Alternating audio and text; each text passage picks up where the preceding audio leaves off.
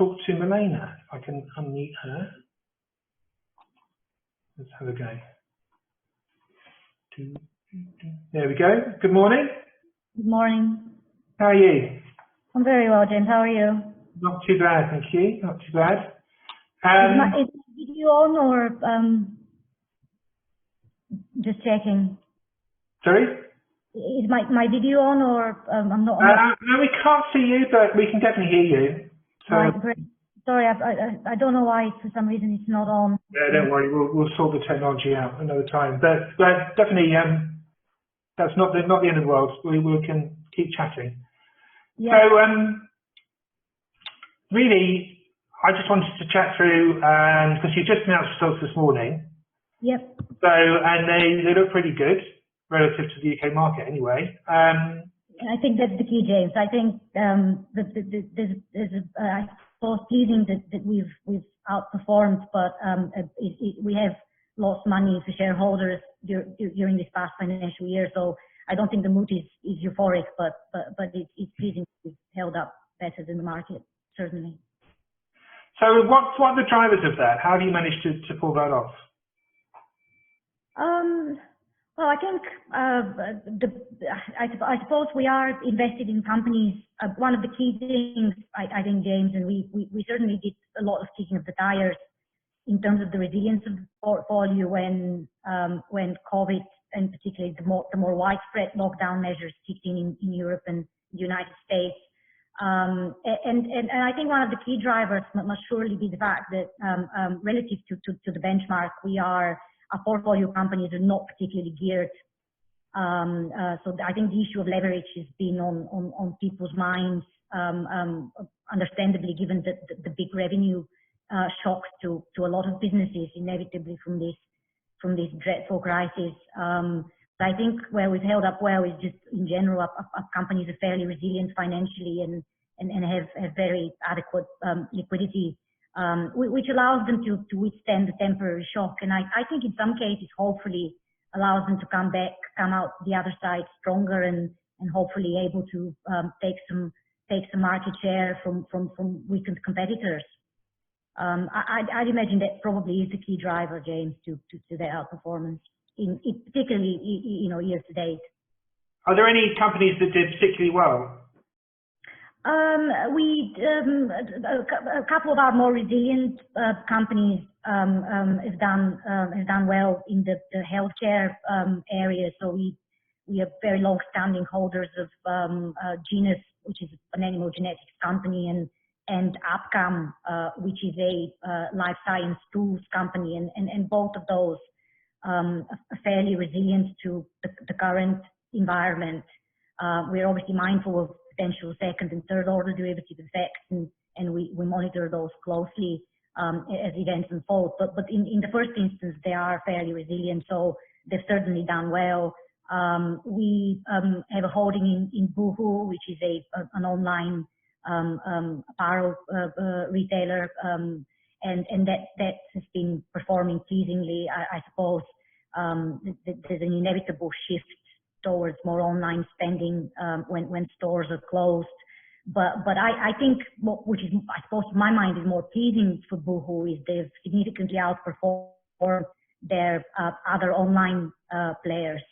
So I think Boohoo is gaining market share, not just from brick and mortar physical retailers, but also some of their online peers. It continues to execute very well as a company. So I think these are some of the key ones that have been helpful.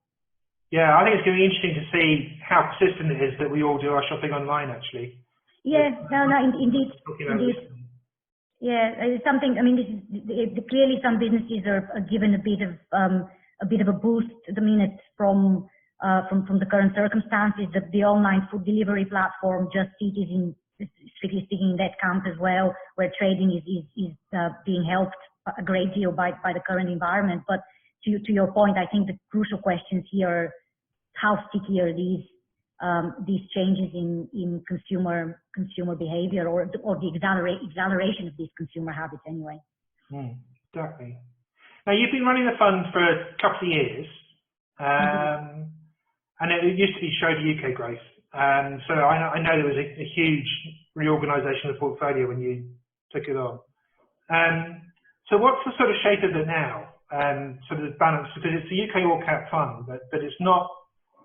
It's probably kind of more small cap weighted than the market is. Is that true? I would suggest it's more in the mid cap space, mid to small cap space. James, certainly. I mean, we are, and the nature of this, I guess, if I just take a step back and remind maybe or explain, I guess, some of the key attributes of our approach, which I think are important because they define the shape of the portfolio. The first one is, I guess, as you might know, we're exceptionally long-term investors. So our portfolio turnover in this financial year has just ended. It's been just a mere 5%, just over 5%, which is clearly quite a bit below industry averages. The second one, though, is important, and it comes to your point about the shape of the portfolio. Is we're very, obviously highly active fund managers, so our active share is very high, 86%. I guess our belief has been that there's this tendency for investors to sort of shy away from taking positions that are very different from the underlying benchmark. And I think one could argue with some justification that in the UK market, the structure of it is such that, as you know, it's dominated by a handful of very large companies, your big oil companies, tobacco companies, pharma, the big banks. The structure of it is such that I think that tendency to shy away from being very different from the benchmark is exasperated. And our philosophy has always been that we see an issue with that line of reasoning. We think that actually to deliver outstanding returns for our shareholders and clients more broadly over the long term, we need to be as different from the benchmark as possible. Now, clearly, it's not a sufficient condition. You need to obviously pick the right companies, but it is, I think, a necessary condition to generate attractive returns for clients over the long term. So we don't have anything in the big oil companies, which certainly in the short term has been helpful. I mean, God knows where the oil price goes in the next couple of quarters or a year. And, it's a mug's game trying to predict these things. But we don't have anything in the big oil companies, anything in the banks, tobacco, the pharma companies. So we are, by nature, I suppose, if you think about it relative to the benchmark, and as I said, we are very agnostic, so we don't let the benchmark direct where we go. But if you think in those terms, I guess the portfolio is more exposed to the mid to lower, I guess, smaller cap end of the spectrum.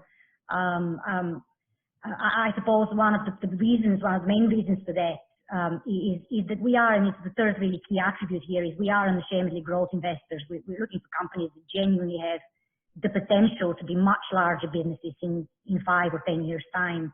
And I think we struggle to convince ourselves, and we might be wrong on that, but we struggle to convince ourselves that say the banks or tobacco companies or the big energy companies fit in that camp. We just don't think they can be much larger, and they, in fact, grow satisfactorily over the next 5 to 10 years. So that makes sense to me as well, I think. Yeah, that's where the biases, I suppose, come in. Is that, as you say, that I guess, skew towards the mid cap part of the market. And one of the things that Baillie Gifford sort of become more and more known for is investing in unquoted companies within the trusts, which from a liquidity point of view makes perfect sense. And we heard the story last week with Scottish Mortgage about why that's attractive.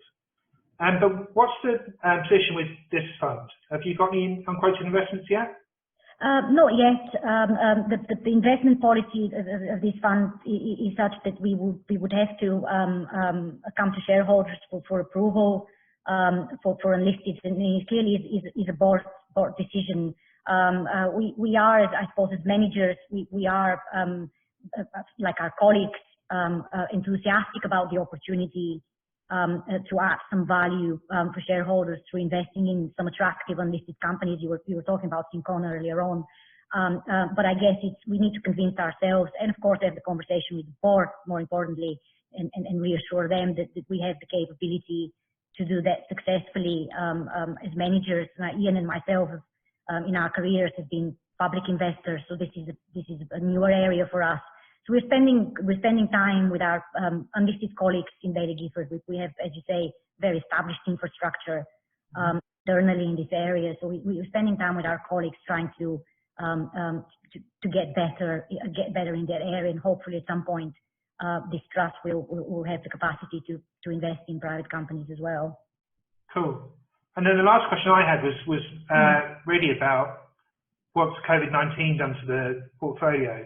So I know you did have a position in Carnival Cruises, I think, didn't you? We did. This is one of we've made very few changes on both the buy side, I suppose, and the sell side as a response of this. The one change we have made is selling our position in Carnival. We did that fairly early on.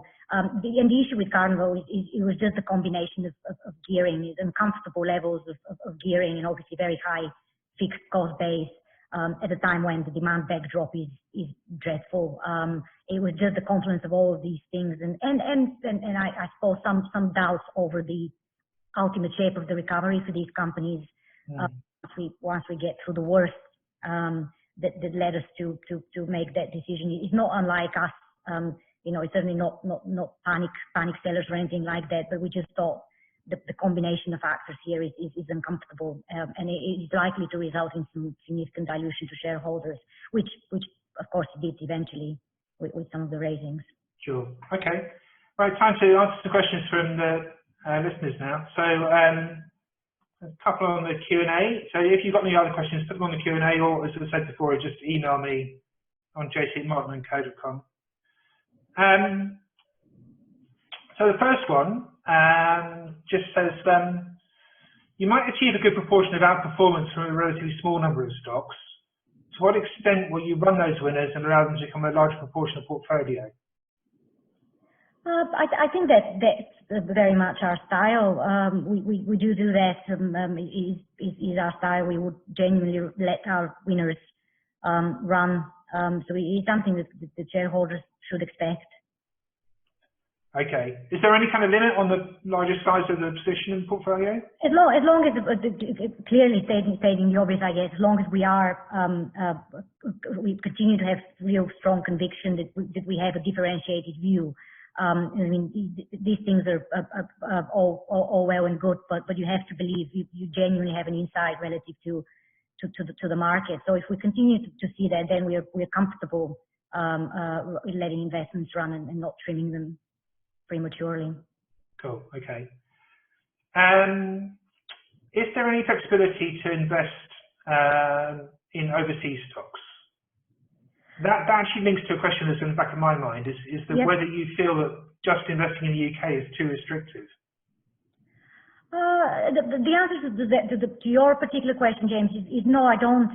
We are finding loads of opportunities, and I think what's potentially exciting about the current situation, and unfortunately we've seen quite a quick rebound following the panic in March. But God knows what's going to happen in the second half of this year and beyond.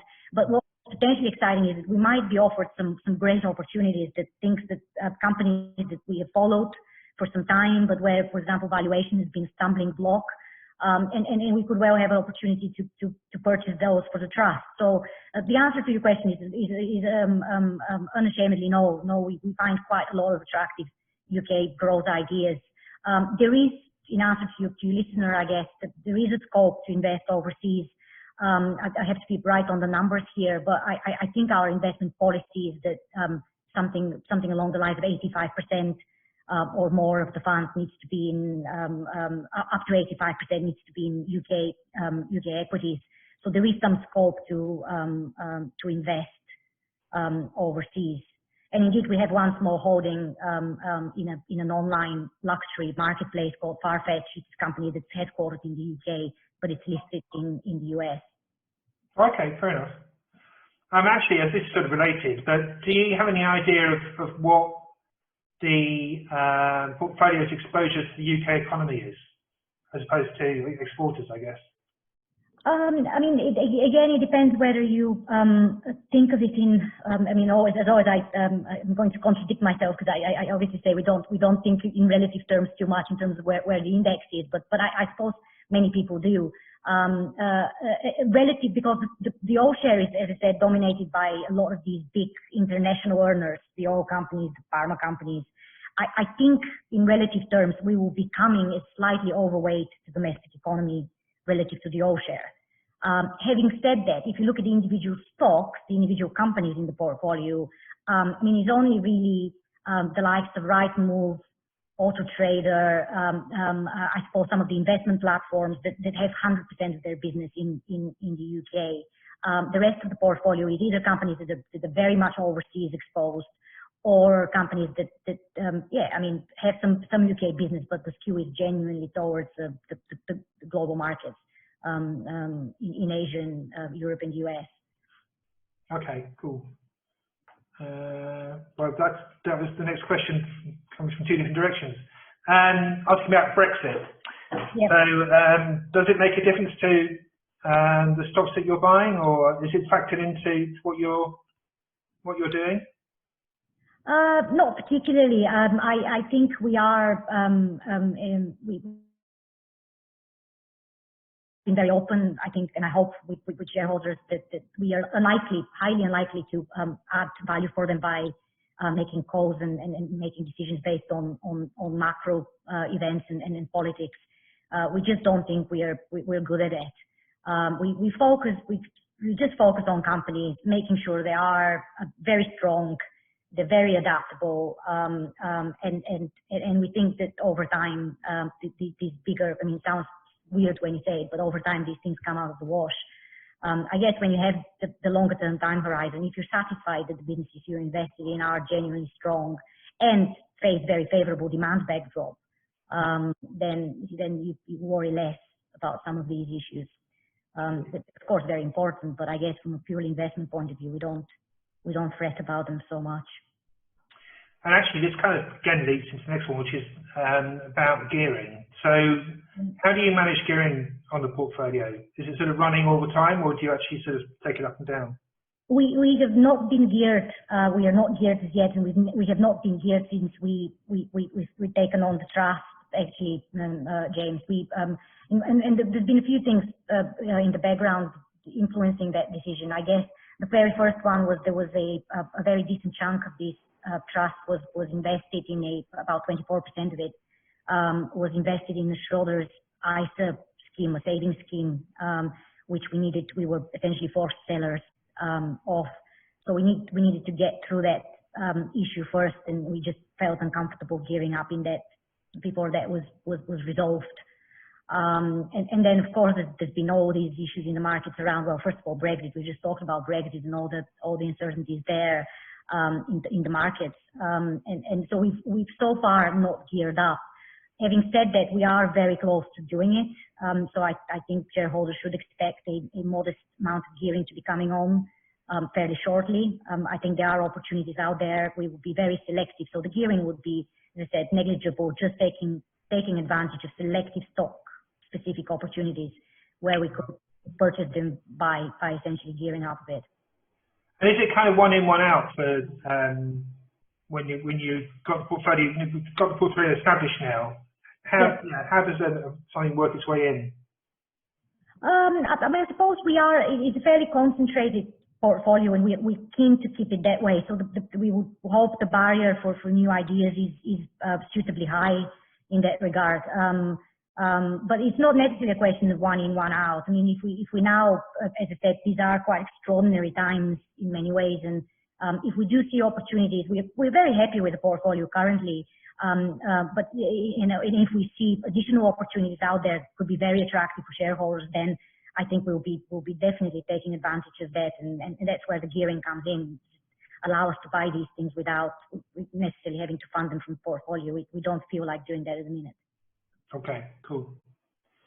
Can we take the fast?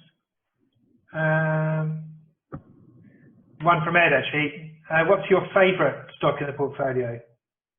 Oh God, that's asking parents to choose their children between their children. it's a very, very difficult one to say. Oh wow, there's loads. I mean, if I may talk, I suppose, as I say, I mentioned a few of them. I think, Upcom Genius is a long-standing holdings and we're very confident in their long-term prospects.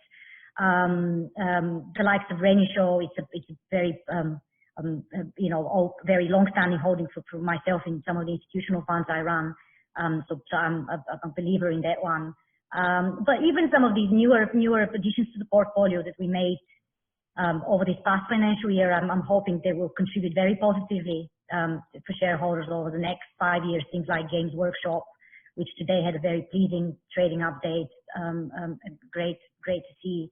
And the likes of Creo Medical, you were talking about Syncona and some of the interesting smaller companies in the UK in the life sciences area. And Creo Medical, they make very innovative surgical endoscopes. So with fantastic outcomes for patients and taking quite a lot of cost out of the healthcare system, hopefully. So it's a very small company, it's pre-revenues, but we think the IP is great. The management team are very strong. And we hope it's one of these small UK companies that can become very successful and very large over time. So it's I'm sorry, I'm rambling, but it is genuinely hard to How do you find something like that, which is that small and pre-revenue and? We backed them right back when they IPO'd. About, I think it was 2016 that IPO'd, and we took small holdings in some of our institutional funds, and it's a very liquid company. So the way we managed to purchase some for the trust, there was a liquidity event last year. They raised some money to start really accelerating the distribution plans in the US and Europe, and commercialization of the products. So there was a raising, a capital raise, and we managed to participate and buy a very small position for the trust. But it's a company we followed since it became public. Cool. And the dividend is not something you really target, but actually, is it going to be sort of an upwards only thing, or will it just go up and down depending on how much revenue you've got? Yeah, I mean, it's purely an output of what the companies are delivering. So our approach is very much for capital growth, as you know.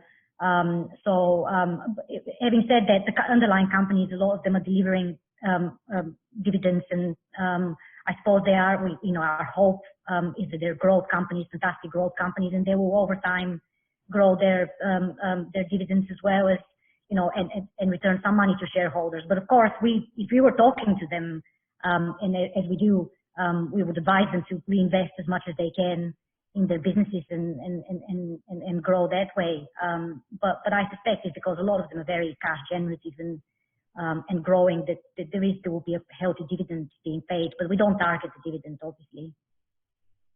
And so with 2 years into you running the fund, what's the sort of time frame that we should be judging you over, do you think? I think that the time frame is, if I may respectfully request, is the same time frame that we judge our businesses against, which is 5 years plus. I think the nature of this fund is that it is fairly concentrated, and as I said, it has very high active shares. So its performance will be unquestionably volatile in both directions. I think it's just the nature of the beast, but we very much hope and try our best to deliver great returns for shareholders over 5 years and beyond. Cool. All right. Well, we'll probably get you back and find out how it's going in due course. No, it's great. Happy to catch up. Thank you very much indeed for that. I think that's all the questions I can see. So thank you again, and thank you to everybody that listened in. And we'll be back next week as usual. And look forward to welcoming you then. Thanks. Bye-bye. Thank you. Bye.